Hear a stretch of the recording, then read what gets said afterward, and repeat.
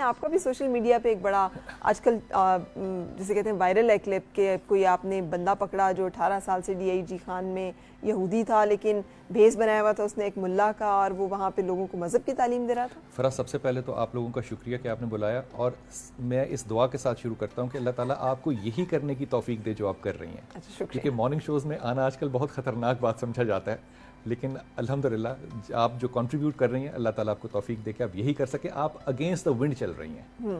اللہ کا بڑا شکر ہے کہ لوگ آپ کو دیکھتے ہیں اور میرے گھر میں خاص طور پہ اپریشیٹ بہت کرتے ہیں. بہت شکریہ، تھینک یو سو مچ. یہ جو واقعہ تھا یہ ایک جگہ پہ ایک لیکچر کے اندر ٹاک ہوئی تھی کہ عام طور پہ ہم سمجھتے ہیں کہ ہمارے جو شخص جس نے داڑھی رکھی ہے، ٹوپی پہنی اور ایک خاص قسم کا زلجنا بنا ہوا ہے تو وہ عالم دین ہی ہوگا. تو ایک شخص سے میری دبئی میں ملاقات ہوئی، اور جو دبئی میں جہاں پہ ملاقات ہوئی یہ انویسٹرز ہیں، بلکہ کنسلٹنٹ ایڈوائزر ہے ٹو شیخ محمد. ان کی وہاں پہ گلف کیپ کمپنی ہے. وہاں پہ اس شخص سے ملاقات ہوئی تو وہاں پہ ٹیلی فون جو تھے ان کے اندر اذان آتی تھی. تو 2 نمازیں ہم نے پڑھ لیں، وہ نمازوں میں پڑھنے کے لیے نہیں آیا، جبکہ میرا یہ خیال تھا کہ ان کو امامت کرانی چاہیے. اچھا. تو جب میں نے اپنے ساتھی سے پوچھا کہ یہ کیوں نہیں کرتے تو انہوں نے کہا because he is not a مسلم. تو میں نے کہا یہ مسلمان نہیں ہے، یہ کیسی بات ہے؟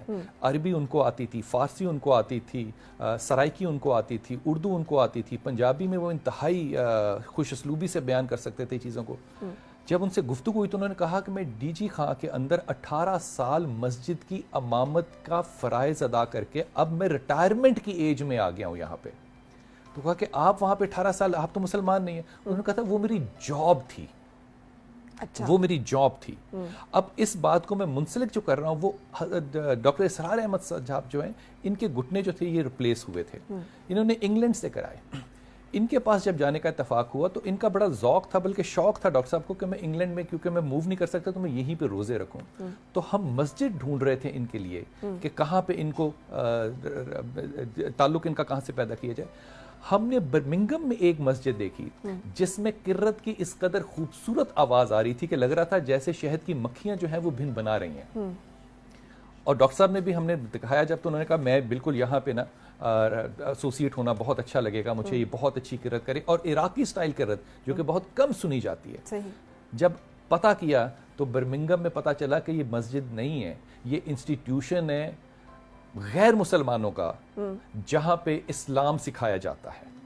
پھر میں یہ ایسوسیٹ کر سکتا تھا کہ وہ جو ہمارے ساتھی تھے انہوں نے 18 سال کہیں سے تربیت لی ہوگی، یہاں پہ امامت کرائی ہوگی، اپنا نقطہ نظر لوگوں تک پہنچایا ہوگا، اپنا اسلام بیچا اپنا اسلام، یہ آپ کا لفظ بالکل ٹھیک ہے، بیچا ہوگا، اور اس بیچے ہوئے پہ بہت سے خریدار بھی ہوئے ہوں. بالکل.